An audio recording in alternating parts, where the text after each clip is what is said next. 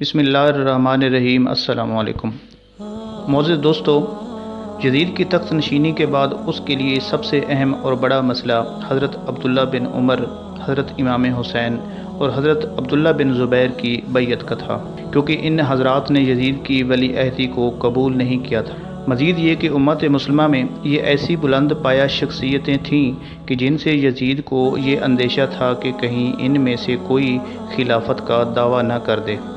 چنانچہ یزید کے لیے اپنی حکومت کی بقا اور مضبوطی کے لیے ضروری تھا کہ وہ ان حضرات سے بیعت لے۔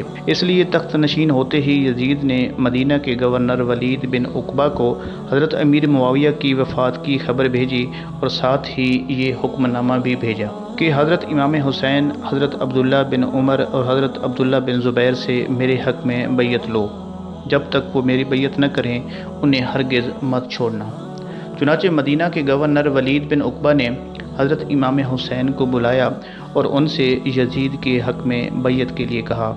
امام نے اس پیشکش کو رد کر دیا۔ اس کے بعد مدینہ کے حالات حضرت امام حسین کے حق میں ناسازگار ہو گئے اور آپ نے سوچا کہ ممکن ہے کہ میرے حامیوں اور حکومت کے درمیان ایک مسلح جنگ کی فضا پیدا ہو جائے اور خون خرابہ کی نوبت آ جائے، اور میرے نانا کا مدینہ جسے آپ نے حرم قرار دیا تھا، جس حرم کے لیے میرے چچا عثمان نے بھی اپنا خون قبول کر لیا تھا، اپنی موت کو بے کسی اور بے بسی کے عالم میں گوارا کر لیا تھا، لیکن اپنے دفاع میں تلوار اٹھانے کی اجازت نہیں دی تھی۔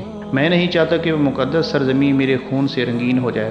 اسی اثناء میں حضرت عبداللہ بن زبیر مدینہ چھوڑ کر مکہ مکرمہ چلے گئے۔ باقی دو صحابہ بھی بیعت سے انکار کر کے ایک طرف ہو گئے۔ امام حسین روضہ رسول پر حاضر ہوئے اور گنبد خضرا کو مشتاقانہ حسرت بھری نگاہوں سے دیکھ کر ٹھنڈی سانس لے کر عرض کی، نانا جان، اب آپ کے شہر کے لوگ اور یہاں کے حکمران مجھے آپ کے قدموں میں نہیں رہنے دیتے۔ پھر حضور اقدس صلی اللہ علیہ وسلم سے اجازت لے کر بوجھل دل اور پرنم آنکھوں کے ساتھ اہل و عیال اور اعزاء و اقارب کو ساتھ لے کر مدینہ کی حرمت کے تحفظ کی خاطر شہر مکہ کو ہجرت فرما گئے۔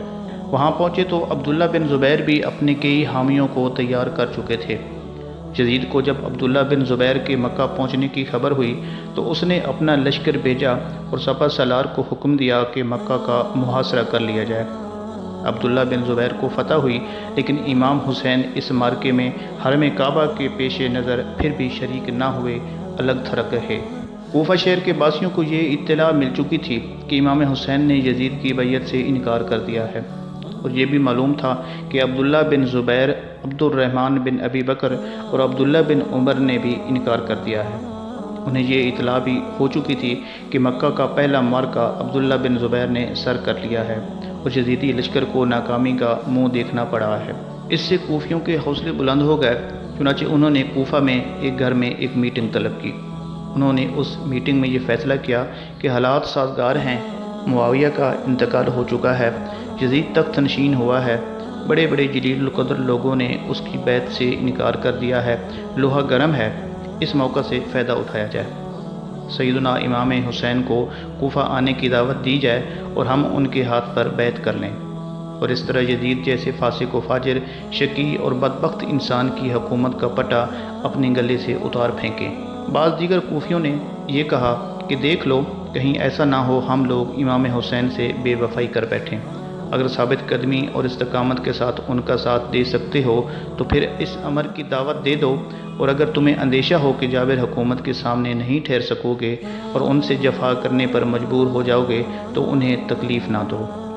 لیکن کوفیوں نے یہ فیصلہ کیا کہ ہر قیمت پر ان کا ساتھ دیں گے اور ثابت قدم رہیں گے۔ بس ان فیصلوں کے نتیجے میں حضرت امام حسین کو خطوط لکھے اور وفود بھیجے۔ ان خطوط میں لکھا کہ اے ابن علی، ہم آپ کے اور آپ کے والد گرامی کے معتقدین ہیں، معاویہ کا انتقال ہو چکا ہے اور تخت پر یزید بیٹھا ہے۔ ہم کوفہ اور بصرہ کے سارے لوگ آپ کی حمایت میں فسق و فجور اور ظلم اور ارتداد کے خلاف آواز اٹھانے کے لیے تیار ہیں۔ آپ تشریف لائیں، ہم آپ کے دست اقدس پر بیعت کر کے آپ کی خلافت کا اقرار اور اعلان کرنے پر آمادہ ہیں۔ ہم دعوت دیتے ہیں، اگر آپ اس دعوت کے باوجود نہ آئے تو ہم قیامت کے روز آپ کے گریبان تک اپنا ہاتھ لے جائیں گے اور اللہ کی بارگاہ میں جواب طلبی کریں گے۔ کہ ہم نے ظلم کے خلاف آواز بلند کی اور آپ کو امر بالمعروف اور نہی عن المنکر کی دعوت دی تھی، لیکن آپ نے ہماری دعوت پر کوئی اقدام نہیں کیا تھا۔ جب امام علی مقام حضرت امام حسین کے پاس یہ خط پہنچے تو آپ کی ہمت اور غیرت دینی جوش میں آ گئی۔ آپ نے امر بالمعروف و نہی عن المنکر کے لیے علم جہاد بلند کرنا اپنا فرض سمجھ لیا۔ اس پر حضرت عبداللہ بن عباس رضی اللہ تعالی عنہ اور آپ کے دیگر اعزاز و اقارب، کئی دیگر جلیل القدر صحابہ اور تابعین نے آپ کی خدمت میں درخواست کی کہ حضرت آپ کوفہ تشریف نہ لے جائیں۔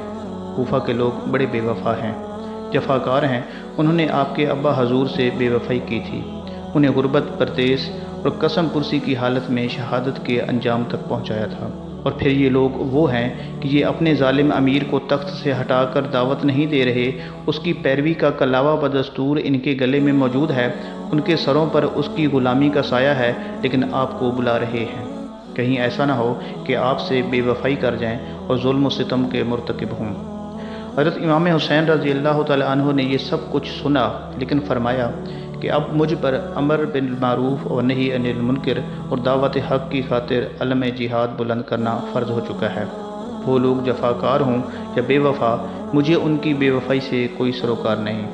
قیامت کے دن اللہ کی بارگاہ میں پیش ہونے سے ڈرتا ہوں کہ کہیں ایسا نہ ہو کہ مجھ سے سوال کیا جائے کہ تجھے دعوت حق دی گئی تھی، اس وقت ظلم و بربریت کا بازار گرم تھا اور سنت نبوی کے خلاف سرکشی ہو رہی تھی، اور دین اسلام میں بدعات و خرافات کو رواج دیا جا رہا تھا، لوگوں کے حقوق سلب ہو رہے تھے، اس وقت تو نے اس بغاوت کے خلاف جہاد کا علم کیوں بلند نہ کیا؟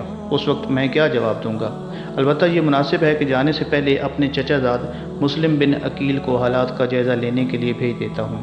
انہوں نے وہاں سے جو رپورٹ بھیجی پھر اس کے مطابق عمل کروں گا۔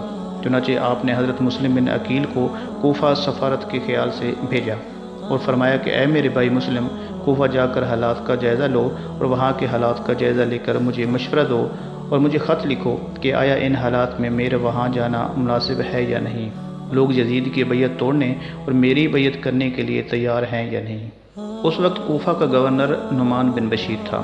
یہ حضور صلی اللہ علیہ وسلم کے صحابہ اور خانوادہ رسول کے غلاموں میں سے ایک تھا۔ وہ اگرچہ حکومت کے ایک ذمہ دار عہدے پر فائز تھا، لیکن اس کے دل میں اس عہدے کی محبت نہ تھی، اس پر غلامی رسول اور عشق حسین کو ترجیح دیتا تھا، اس لیے مسلم بن عقیل کی راہ میں کوئی رکاوٹ نہ ڈالی اور خاموشی سے سب کچھ گوارا کر لیا۔ یہ سب کچھ ہونے کے بعد یزیدی حکومت کے حامیوں کا ایک وفد یزید کے پاس پہنچا اور اس کو صورتحال سے آگاہ کیا۔ یزید نے اپنے ایک خاندانی غلام کو بلایا، یہ حضرت امیر معاویہ کا معتمد غلام تھا۔ یزید نے اس کی گود میں پرورش پائی تھی اور یہ اسی کے خاندان کا رازدار تھا۔ اس مورم راز سے پوچھا کہ حالات یہ ہیں تو بتا میں کیا کروں؟ اس نے کہا میری رائے یہ ہے کہ اس آڑے وقت میں جس طرح عبید اللہ ابن زیاد تیرے کام آ سکتا ہے اور اس فتنہ و فساد و سازش کو جس طرح وہ کچل سکتا ہے، کوئی اور اس مہم کو کامیابی سے سر نہیں کر سکتا۔ اس لیے تو بصرہ کی حکومت کے ساتھ ساتھ کوفہ کی حکومت بھی عبید اللہ ابن زیاد کے سپرد کر دے اور نعمان بن بشیر کو معزول کر دے، تاکہ ابن زیاد اپنی سخت پالیسی کی وجہ سے اس سازش کو کچل دے۔ یزید کو یہ مشورہ بہت پسند آیا، اس نے ایک فوری خط کے ذریعے نعمان بن بشیر کو معزول کر دیا اور ابن زیاد کو کوفے کا گورنر بنا دیا۔ جب آپ مکہ پہنچ گئے تو وہاں کوفیوں کے خطوط کا تانا بن گیا، ان کے وفد آنے لگے کہ آپ مکہ میں نہ ٹھہریں بلکہ کوفہ تشریف لے آئیں، ہم آپ کے ہاتھ پر بیعت کرتے ہیں اور ہم یزید کی بیعت کو نہیں مانتے۔ لیکن کچھ صحابہ کرام نے آپ کو مشورہ دیا کہ ان کوفیوں کی باتوں میں نہ آئیں، انہوں نے آپ کے ابا حضور سے بڑی بے وفائی کی تھی، یہ بے وفا لوگ ہیں۔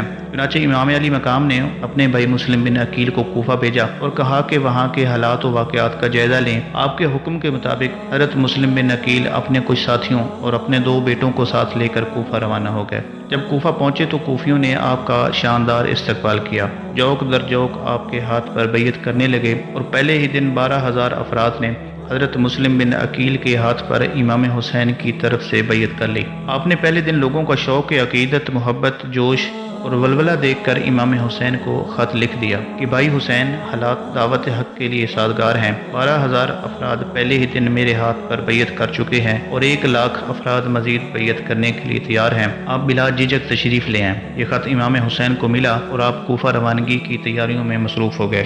ادھر یزید کو جب بصرہ اور کوفہ کے لوگوں کے ان حالات کا علم ہوا تو تو اس نے اپنے ایک معتمد غلام کو بلایا۔ یزید نے اس غلام کی گود میں پرورش پائی تھی اور یہ اس خاندان کا رازداں تھا۔ اس محرم راز سے یزید نے پوچھا کہ بتا اب میں کیا کروں؟ تو اس غلام نے کہا کہ میری رائے یہ ہے کہ اس آڑے وقت میں جس طرح عبید اللہ ابن زیاد تیرے کام آ سکتا ہے، کوئی اور اس مہم کو کامیابی سے سر نہیں کر سکتا۔ تو فوراً کوفہ اور بصرہ کی حکومت عبید اللہ ابن زیاد کے سپرد کر دے تاکہ ابن زیاد اپنی سخت پالیسیوں کی وجہ سے اس سازش کو کچل دے۔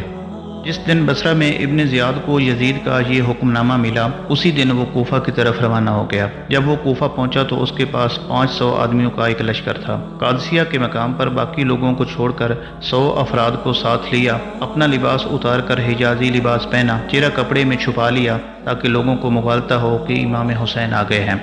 وہ مغرب اور عشاء کے درمیان کوفہ میں داخل ہوا تو اس وقت لوگ امام حسین کی آمد کے منتظر تھے۔ جب شام کے اندھیرے میں عبید اللہ ابن زیاد چہرے پر کپڑا ڈالے آیا تو لوگ غلط فہمی کا شکار ہو گئے۔ انہوں نے سمجھا کہ شاید امام حسین آ گئے ہیں۔ کوفہ کی گلی کوچوں میں آوازیں بلند ہوئیں، السلام علیکہ یا ابن رسول، اے رسول کے پیارے بیٹے حسین، آپ کی آمد مبارک۔ کوفہ کے حکمراں نعمان بن بشیر نے سمجھا کہ شاید امام حسین آ گئے ہیں۔ نعمان کو یہ پتہ چل چکا تھا کہ یزید ان کے قتل کے درپے ہو چکا ہے اور حالات ناسازگار ہو گئے ہیں، تو کوفیوں کی حالت کا بھی انہیں علم تھا۔ جب عبید اللہ ابن زیاد سیدھا نعمان بن بشیر کے محل پہنچا تو آپ نے قلعے کا دروازہ بند کر لیا اور اوپر سے آواز دی کہ اے حسین ابن علی، تجھ پر سلام ہو، رات کا وقت ہے، میری فوج قلعہ کے اندر ہے، مجھے حالات کی ناسازگاری کا علم ہے، آپ خدا را کوفہ چھوڑ کر مدینہ چلے جائیں، یہاں کے حالات سازگار نہیں ہیں، لوگوں کے دل آپ کے ساتھ ہیں لیکن تلواریں یزید کے ساتھ ہیں۔ ابن زیاد نے نعمان کی یہ بات سنی، گرج کر بولا دروازہ کھولو، میں ابن زیاد ہوں۔ نعمان بن بشیر نے دروازہ کھول دیا، اس نے آتے ہی عہدے کا چارج لے کر حضرت نعمان کو معزول کر دیا اور اسی وقت اپنے جاسوسوں کو حکم دیا کہ شہر میں پھیل جاؤ اور جہاں بھی مسلم بن عقیل پناہ گزین ملے انہیں فوراً گرفتار کر کے میرے پاس لے آؤ۔ اگلے روز ابن زیاد نے کوفہ میں ایک جلسہ عام کا انتظام کیا۔ اس میں ہزاروں افراد جمع کر کے اس نے برملا یہ اعلان کیا کہ تم لوگ جانتے ہو کہ میرا باپ زیاد جلاد تھا، سفاک تھا، خون ریز تھا اور میں بھی خون ریز اور سفاک ہوں۔ مجھے معلوم ہوا ہے کہ تم یزید کی بیعت اور اس کی حکومت سے انکاری ہو، بس میں تمہیں سختی کے ساتھ اس بات سے منع کرتا ہوں اور یہ اعلان کرتا ہوں کہ جو شخص امام حسین کے لیے مسلم بن عقیل کے ہاتھ پر بیعت کرے گا میں اس کا نام صفحہ ہستی سے مٹا دوں گا۔ میں تم سب لوگوں کے نام بھی جانتا ہوں اور تمہاری شکلیں بھی پہچانتا ہوں اور تمہارے خاندانوں سے بھی واقف ہوں۔ اس کی اس ہیبت ناک گفتگو کے نتیجے میں وہ ہزاروں کوفی جو حضرت علی رضی اللہ تعالی عنہ اور امام حسین کی حمایت اور غیر مشروط وفاداری کے علم بردار تھے، وہ اپنی بزدلی کے باعث انہی قدموں پر پیچھے ہٹ گئے اور بہت سے لوگ خوف کے مارے چھپ گئے۔ بعد ازاں حضرت مسلم بن عقیل کی رہائش کی صحیح خبر معلوم کرنے کے لیے ایک غلام کو 3000 درہم دے کر بھیجا۔ اس کو اطلاع ہو گئی تھی کہ حضرت مسلم بن عقیل اس وقت کوفہ کے ایک رئیس، ایک امیر کبیر شخص کے گھر میں موجود ہیں جس کا نام ہانی بن عروہ ہے اور اہل بیت کے ساتھ محبت کرنے والا ہے۔ اس غلام سے کہا کہ تم ہانی کے گھر جاؤ اور یہ ظاہر کرو کہ تمہیں بصرہ والوں نے امام حسین کے حق میں حضرت مسلم بن عقیل کے ہاتھ پر بیعت کرنے کے لیے بطور نمائندہ بھیجا ہے اور یہ 3000 درہم انہوں نے بطور ہدیہ بھیجے ہیں۔ اس بہانے صحیح صورتحال سے آگاہ ہو کر مجھے خبر کرو۔ چنانچہ وہ غلام ہانی بن عروہ کے گھر پہنچا، دروازہ کھٹکھٹایا اور کہا کہ مجھے بصرہ والوں نے حضرت مسلم بن عقیل کے ہاتھ پر بیعت کرنے بطور نمائندہ بھیجا ہے۔ تو وہ اس کی چکنی چپڑی باتوں میں آ گئے اور اندر حضرت مسلم بن عقیل کے پاس لے گئے۔ اس نے ان کے سامنے بھی وہ بات حلفاً کہی اور ان کے دست اقدس پر بیعت کرتے ہوئے 3000 درہم ہدیہ کے طور پر پیش کیے۔ واپس آ کر اس نے ابن زیاد کو خبر کی۔ ابن زیاد نے اگلے روز ہانی بن عروہ کو بلایا اور کہا کہ ہانی، تم جانتے ہو کہ میرے باپ زیاد بن سفیان نے کوفہ میں ایک شخص کو بھی خاندان نبوت سے محبت کرنے والا نہیں چھوڑا تھا، سوائے تیرے سب کو ختم کر دیا تھا اور تجھ پر احسان کرتے ہوئے میرے والد نے تجھے معاف کر دیا تھا، لیکن آج اسی اہل بیت کی محبت میں بنو امیہ کی دشمنی کما رہے ہو اور بنو امیہ اور یزید کے دشمن کو اپنے گھر میں پناہ دے رہے ہو۔ حضرت ہانی نے انکار کیا، لیکن جب اس نے عذر کے طور پر اس غلام کو پیش کیا تو آپ سمجھ گئے کہ سازش کا شکار ہو گئے ہیں اور ابن زیاد کو علم ہو گیا ہے۔ ابن زیاد بولا، اب مسلم بن عقیل کو میرے سپرد کر دو۔ ہانی کہنے لگے کہ میں یہ ظلم نہیں کر سکتا کہ خانوادہ رسول کے چشم و چراغ کو اپنے ہاتھوں سے گل ہوتا ہوا دیکھوں۔ اس نے ایک گرز ہانی بن عروہ کی پیشانی پر مارا اور ان کا سر پھٹ گیا۔ ہانی بن عروہ چونکہ کوفہ کے رئیس تھے اس لیے ان کے قبیلے کے ہزاروں افراد ننگی تلواریں لے کر نکل آئے۔ اس خیال سے کہ ہانی قتل کر دیے گئے ہیں، یکا یک کوفہ کی گلیوں میں ایک مار پا بپا ہو گیا۔ حضرت مسلم بن عقیل بھی تلوار لے کر میدان کارزار میں نکل آئے۔ ان کوفیوں کی تعداد 14,000 بیان کی جاتی ہے جو حضرت مسلم بن عقیل کی قیادت میں ابن زیاد کے قلعے پر حملہ آور ہو گئے۔ شام تک ابن زیاد نے تیروں کی بارش کی، اتنا پتھراؤ کیا، اتنا ظلم و ستم کیا کہ 14,000 افراد میں سے مغرب کے وقت تک صرف کم و بیش 500 کوفی حضرت مسلم بن عقیل کے ساتھ رہ گئے اور باقی سب لوگ بزدلی کے سبب ان کا ساتھ چھوڑ گئے۔ آپ نے نماز مغرب کی نیت باندھی، 500 کوفی آپ کے مقتدی تھے۔ جب آپ نے سلام پھیرا اور پلٹ کر دیکھا تو ان 500 کوفیوں میں سے ایک شخص بھی نہ تھا۔ دیر تک آپ نے دفاعی جنگ لڑی لیکن تنہا تھے، گرفتار کر کے ابن زیاد کے پاس پہنچا دیے گئے۔ ابن زیاد نے آپ کو ہانی بن عروہ کے ساتھ قید میں رکھا۔ یہ خبر پھر کوفہ میں آگ کی طرح پھیل گئی اور کم و بیش 18,000 افراد پھر حضرت مسلم بن عقیل کی رہائی کے لیے آ گئے۔ ابن زیاد اہل کوفہ کی نفسیات اور کمینہ فطرت سے بخوبی آگاہ تھا۔ اسے علم تھا کہ یہ لوگ انتہائی بزدل، ڈرپوک اور کم ہمت ہیں، شیر کی طرح آگے آتے ہیں مگر مد مقابل کے بگڑے تیور دیکھ کر فوراً ہی سہم جاتے ہیں۔ اس نے ان کی اس بزدلی، اس کم ہمتی اور بے غیرتی سے پورا فائدہ اٹھایا اور حضرت مسلم بن عقیل اور حضرت ہانی کو شہید کرنے کا فیصلہ کر لیا کہ ان حضرات کے سر کوفیوں کی بھیڑ میں پھینک دیے جائیں۔ ان کے کٹے ہوئے سر دیکھتے ہی ان کے یہ سب نعرہ بازی ختم ہو جائے گی اور یہ جوش و خروش بھول کر دم دبا کر بھاگ جائیں گے۔ چنانچہ ایسا ہی ہوا اور ان دونوں کو شہید کر کے جب ان کے سر کو کوفیوں کے آگے پھینک دیا گیا تو ان کے ہاتھ پاؤں پھول گئے، خوف سے کانپ اٹھے اور کھسکنا شروع ہو گئے۔ آہستہ آہستہ نوبت یہاں تک پہنچی کہ 18,000 افراد میں سے ایک بھی نہ بچا اور سب دم دبا کر اور جان بچا کر بھاگ گئے۔ اس طرح امام علی مقام کے بھائی حضرت مسلم بن عقیل کربلا کے وہ پہلے شہید ہیں جو کوفیوں کی بے وفائی کی وجہ سے شہید ہو گئے۔ امام علی مقام حضرت امام حسین علیہ السلام خانوادہ رسول کی مقدس اور عزت مآب خواتین، بچوں اور دیگر اصحاب کو جب ساتھ لے کر مکہ سے کوفہ کی طرف روانہ ہونے لگے تو حضرت عبداللہ بن عباس، حضرت جعفر، حضرت عبداللہ بن زبیر اور دیگر کئی ساتھی آپ کو منع کرنے لگے کہ حضرت کوفی بڑے بے وفا ہیں، ناقابل اعتبار ہیں، آپ کوفہ نہ جائیں۔ لیکن آپ تو جیسے اپنے رب کے ساتھ روز الست کے وعدے کو وفا کرنا چاہتے تھے، چنانچہ آپ سب کو یہ جواب دیتے کہ اب یہ مسئلہ کوفیوں کی وفا اور بے وفائی کا نہیں ہے، مسئلہ اس دعوت کا ہے جس کا مجھ سے مطالبہ کیا گیا ہے۔ دین اسلام کو بچانے کے لیے مجھ پر فرض ہے کہ علم حق بلند کروں تاکہ میرے نانا کا دین پھر سے زندہ ہو سکے۔ مسئلہ دین کو زندہ کرنے کا ہے۔ آپ صلی اللہ علیہ وسلم نے فرمایا تھا کہ حسین و منی و انا من الحسین، حسین مجھ سے ہے اور میں حسین سے ہوں، اور آپ وہ وعدہ ایفا کرنے جا رہے تھے۔ چنانچہ امام علی مقام مکہ معظمہ سے 3 ذوالحجہ کو کوفہ کی طرف روانہ ہو گئے۔ راستے میں ایک شاعر ملا۔ آپ علیہ السلام نے پوچھا کہ کوفہ کا کیا حال ہے؟ اس نے جواب دیا، ان کے دل آپ کے ساتھ مگر تلواریں یزید کے ساتھ ہیں۔ اس شاعر کی بات سننے کے باوجود آپ علیہ السلام آگے چلتے گئے۔ راستے میں ایک مقام پر حر بن یزید تمیمی ملا۔ اسے ابن زیاد نے لشکر دے کر بھیجا تھا تاکہ امام حسین تمہیں جہاں بھی ملے اسے کوفہ میں داخل نہ ہونے دو اور کوشش کر کے میرے پاس لے آؤ۔ حر نے کہا، حسین ابن علی، آپ کو پتہ چل چکا ہوگا کہ آپ کے چچا زاد بھائی مسلم بن عقیل اور ان کے بیٹے شہید ہو گئے ہیں۔ کوفی لوگ حسب دستور بے وفا ثابت ہوئے، وہ آپ کی اطاعت سے پھر چکے ہیں، حالات سازگار نہیں ہیں، بتائیے آپ کا کیا خیال ہے؟ مجھے حکم ہے کہ میں آپ کو ابن زیاد کے پاس لے چلوں۔ آپ نے اپنا سفر جاری رکھا، حر کا لشکر بھی آپ کے ساتھ ساتھ چلنے لگا۔ چلتے چلتے ایک میدان میں پہنچے، وہ میدان تھا کہ جس کی کوئی خبر نہ تھی۔ یہ کون سا میدان ہے؟ دریائے فرات کا کنارہ تھا۔ خیال کیا کہ یہاں پانی قریب ہے، کچھ آسانی ہوگی۔ 2 محرم کو آپ اس میدان میں اترے اور ساتھیوں سے پوچھا کہ یہ کون سا میدان ہے؟ جواب ملا، اس کا نام کرب و بلا ہے۔ کہنے لگے، بس یہیں خیمے لگا دو، یہ ہمارے سفر کی آخری منزل ہے۔ اس میدان میں پہنچتے ہی آپ کو اپنے نانا کے وہ تمام فرامین یاد آ گئے جو آپ صلی اللہ علیہ وسلم نے کربلا کے متعلق فرمائے تھے۔ امام علی مقام امام حسین جب چھوٹے بچے تھے تو ایک دن جبرائیل علیہ السلام آئے اور امام حسین کی طرف اشارہ کر کے حضور صلی اللہ علیہ وسلم سے کہنے لگے کہ آقا، آپ کے بعد آپ کی امت کا ایک گروہ آپ کے اس بیٹے کو غریب الوطنی میں شہید کر دے گا، اور عراق کے جس میدان میں ان کی شہادت ہوگی اس کا نام کرب و بلا ہے، اور یہ اس جگہ کی سرخ مٹی ہے۔ حضور صلی اللہ علیہ وسلم نے مٹی کو سونک اور فرمایا کہ اس مٹی سے بھی رنج و الم، دکھ اور کرب کی بو آ رہی ہے۔ چنانچہ امام علی مقام نے قبیلہ بنی اسد کے لوگوں کو بلایا اور ان سے کربلا کی زمین خرید لی۔ ساتھیوں نے پوچھا کہ یہ کیا ماجرا ہے؟ تو فرمایا، جہاں قبریں بننی ہوں وہ جگہ خریدنی پڑتی ہے۔ جب امام علیہ السلام کے ساتھی کربلا میں خیمے لگا رہے تھے تو وہیں عمر بن سعد بھی ایک بہت بڑے لشکر کے ساتھ ابن زیاد کی طرف سے امام حسین کے قتل کے منصوبے کے تحت آ پہنچا۔ 7 محرم الحرام کو امام علی مقام کا پانی بند کر دیا گیا۔ 9 محرم کو امام حسین نے اپنے بھائی عباس بن علی بن ابی طالب کو بھیجا کہ دریا سے پانی لے کر آئیں۔ غازی عباس دریا پر جانے لگے تو عمر بن سعد کی فوج نے راستہ روک لیا۔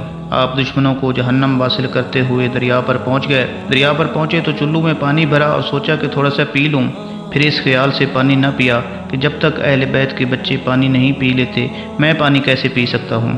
دریا سے پانی بھرا اور واپس مڑے تو یزیدی لشکر نے پھر حملہ کر دیا۔ آپ لڑتے رہے حتیٰ کہ آپ کے دونوں بازو کٹ گئے۔ آپ شدید زخمی ہو گئے اور تھوڑا سا پانی لینے میں کامیاب ہو گئے۔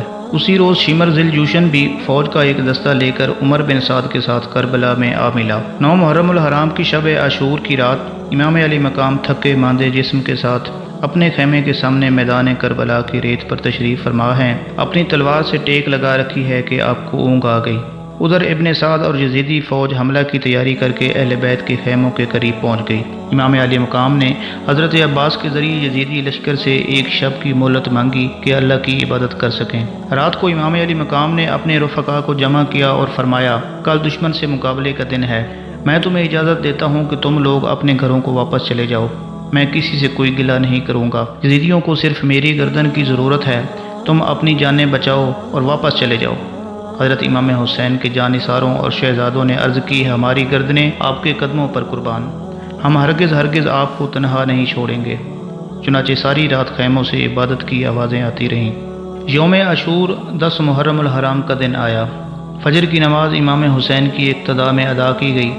سورج طلوع ہوا تو یزیدی 72 جانثاروں، عورتوں اور بچوں کے خلاف صف آرا ہو گئے۔ امام علی مقام امام حسین نے آخری بار عمر بن سعد کی فوج سے خطاب کیا کہ اے لوگو، میں تمہارے نبی کا نواسا ہوں، یہ تم سب جانتے ہو، سوار دوش مصطفیٰ ہوں، میرے قتل سے باز آ جاؤ، قیامت کے دن میرے نانا کو کیا منہ دکھاؤ گے؟ لیکن یزیدی لشکر پر اس کا کوئی اثر نہ ہوا۔ یزیدی لشکر سے ایک شاہ سوار نکلا، پھر وہ اپنے گھوڑے کو ایڑ لگاتا ہوا سیدھا امام حسین کے پاس آیا اور آپ کو مخاطب کر کے کہا کہ حضور، میں آپ کا مجرم ہوں، میں نے ہی آپ کو گھیر گھار کر آپ کے قافلے کو کربلا تک لایا ہوں، کیا اس لمحے بھی میری توبہ قبول ہو سکتی ہے؟ امام علی مقام نے فرمایا کہ حر تمہیں دنیا میں بھی اور آخرت میں بھی آزاد کر دیا گیا ہے۔ چنانچہ حر بن یزید تمیمی فوج کی طرف بڑھا اور یزیدی فوج سے لڑتے لڑتے شہید ہو گیا۔ اب انفرادی جنگ کا آغاز ہوا۔ جناب حر لشکر حسین کے پہلے شہید تھے۔ اب ایک مجاہد لشکر حسین سے نکلتا اور یزیدی لشکر کی صفیں الٹ دیتا، یزیدیوں کو واصل جہنم کر کے خود بھی شہید ہو جاتا۔ پہلے اصحاب حسین شہید ہوئے، غلام آپ کے قدموں پر نثار ہوئے، قرابت دار ایک ایک کر کے داد شجاعت دیتے ہوئے شہادت سے سرفراز ہوئے، اور اب پیغمبر اعظم کے خاندان کی باری تھی۔ بھوک اور پیاس سے برا حال تھا۔ علی اکبر جو ہم شکر مصطفیٰ تھے وہ کربلا میں شہید ہوئے۔ امام حسین جواں بیٹے کی لاش کے پاس پہنچے، سینے سے نیزہ نکالا اور بیٹے کا بوسہ لیا۔ جواں علی اکبر نے جان آفریں کے سپرد کر دی۔ امام علی مقام اس کا لاشا لے کر خیمے میں پہنچے۔ امام حسین 10 محرم کے روز جب کربلا میں آئے تھے تو آپ کی عمر مبارک 56 برس 5 ماہ اور 5 دن تھی، مگر سر انور اور ریش مبارک میں ایک بال بھی سفید نہیں تھا۔ لیکن جب جواں علی اکبر کا لاشا لے کر اپنے بازوؤں میں سمیٹ کر پلٹے تو سر انور کے بال اور داڑھی مبارک سفید ہو چکی تھی۔ علی اکبر کے بعد آپ کے بھتیجے امام حسن کے بیٹے قاسم شہید ہوئے۔ امام علی مقام نے قاسم کی لاش کو بھی شہزادہ علی اکبر کے ساتھ لا کر لٹا دیا۔ اب امام علی مقام 6 ماہ کے علی اصغر کو لے کر میدان میں آئے۔ دشمن کی طرف سے ایک تیر آیا اور معصوم علی اصغر شہید ہو گئے۔ ننھا بچہ اپنے ہی خون میں نہا گیا۔ جب سب اہل بیت شہید ہو گئے تو بیمار عابد امام زین العابدین میدان میں جانے لگے، لیکن آپ نے انہیں روک دیا۔ امام پاک کے جب تمام ساتھی ایک ایک کر کے شہید ہو گئے تو اب امام پاک خود گھوڑے پر سوار ہوتے ہیں۔ حضرت زینب گھوڑے کی لگام تھامتی ہیں اور آپ کو رخصت کرتی ہیں۔ آپ میدان کربلا میں آتے ہیں۔ چشم فلک حسین کی استقامت کا منظر دیکھ رہی تھی۔ نانا مصطفیٰ کے ساتھ اماں فاطمہ سلام اللہ علیہا کی نظریں بھی عزم و استقلال کے پیکر حسین کے جلال و جمال کا نظارہ کر رہی تھیں، فرما رہی تھیں کہ بیٹا حسین، میرے دودھ کی لاج رکھنا۔ علی شیر خدا فرما رہے تھے، حسین، راہ خدا میں استقامت سے ڈٹے رہنا۔ تاجدار مدینہ صلی اللہ علیہ وسلم فرما رہے تھے، حسین، میرے کندھوں پر سواری کی لاج رکھنا۔ نواسہ رسول میدان میں تنہا کھڑا ہے۔ آسمان سے سورج آگ برسا رہا ہے، نینوا کے سینے سے فرات بہہ رہا تھا۔ آج نواسہ رسول کے علاوہ یہ پانی ہر شخص کے لیے عام ہے۔ امام حسین میدان کربلا میں گھوڑے پر سوار، ہاتھ میں تلوار لیے کھڑے ہیں۔ یزیدی لشکر پر خاموشی چھائی ہے۔ فرزند شیر خدا کا سامنے کرنے سے ہر کوئی کترا رہا ہے۔ دور سے تیر چلا رہے ہیں۔ تیروں کی برسات میں امام علی مقام کا جسم اطہر چھلنی ہو گیا۔ زخموں سے چور امام پر چاروں طرف سے حملہ کیا گیا۔ شمر اور یزید کے بعد بخت سپاہی قریب آ گئے۔ امام حسین کو تلواروں کے نرغے میں لے لیا۔ آخر جنگ کرتے کرتے شہ سوار کربلا گھوڑے سے نیچے آ گئے۔ زندگی کا آخری لمحہ آ پہنچا۔ دریافت فرمایا کہ کون سا وقت ہے؟ جواب ملا نماز کا وقت ہے۔ فرمایا مجھے اپنے مولا کے حضور آخری سجدہ تو کر لینے دو۔ خون آلود ہاتھوں سے تیمم کیا اور بارگاہ خدا بندی میں سجدہ ریز ہو گئے۔ آسمان کی طرف دیکھا اور کہا اے خالق کائنات، میرا یہ آخری سجدہ قبول فرما۔ بدبخت شمر آگے بڑھا اور امام علی مقام کا سر سجدے کی حالت میں تن سے جدا کر دیا۔ انا للہ و انا الیہ راجعون۔ جب خالی ذوالجناح خیموں کی طرف واپس آیا تو اہل بیت کی مستورات رونے لگیں۔ حضرت زینب نے انہیں سنبھالا اور فرمایا ہم رب کی رضا پر راضی ہیں۔ امام پاک کا سر کٹا لاشا نیزوں اور تیروں سے چھلنی میدان کربلا میں پڑا ہے۔ اہل بیت کے شہیدوں کی لاشوں پر گھوڑے دوڑا دیے گئے، خیموں کو آگ لگا دی گئی، آسمان سرخ ہو گیا اور خون کی لالی ہر طرف چھا گئی۔ کربلا کے میدان میں رات ہو گئی۔ اہل بیت کی سرکٹی لاشیں کھلے آسمان کے نیچے پڑی ہیں۔ اگلے دن کا سورج طلوع ہوا۔ امام زین العابدین جن کی عمر مبارک اس وقت صرف 14 برس تھی، مستورات اور اہل بیت کی شہزادیوں کو سنبھال کر یہ لوٹا پھوٹا قافلہ یزیدیوں کی قید میں کوفہ کی جانب روانہ ہو گیا۔ اہل بیت کے سر نیزوں پر بلند تھے اور امام علی مقام روز الست کا عہد وفا کر کے اپنے خالق کے حضور سرخرو ہوئے۔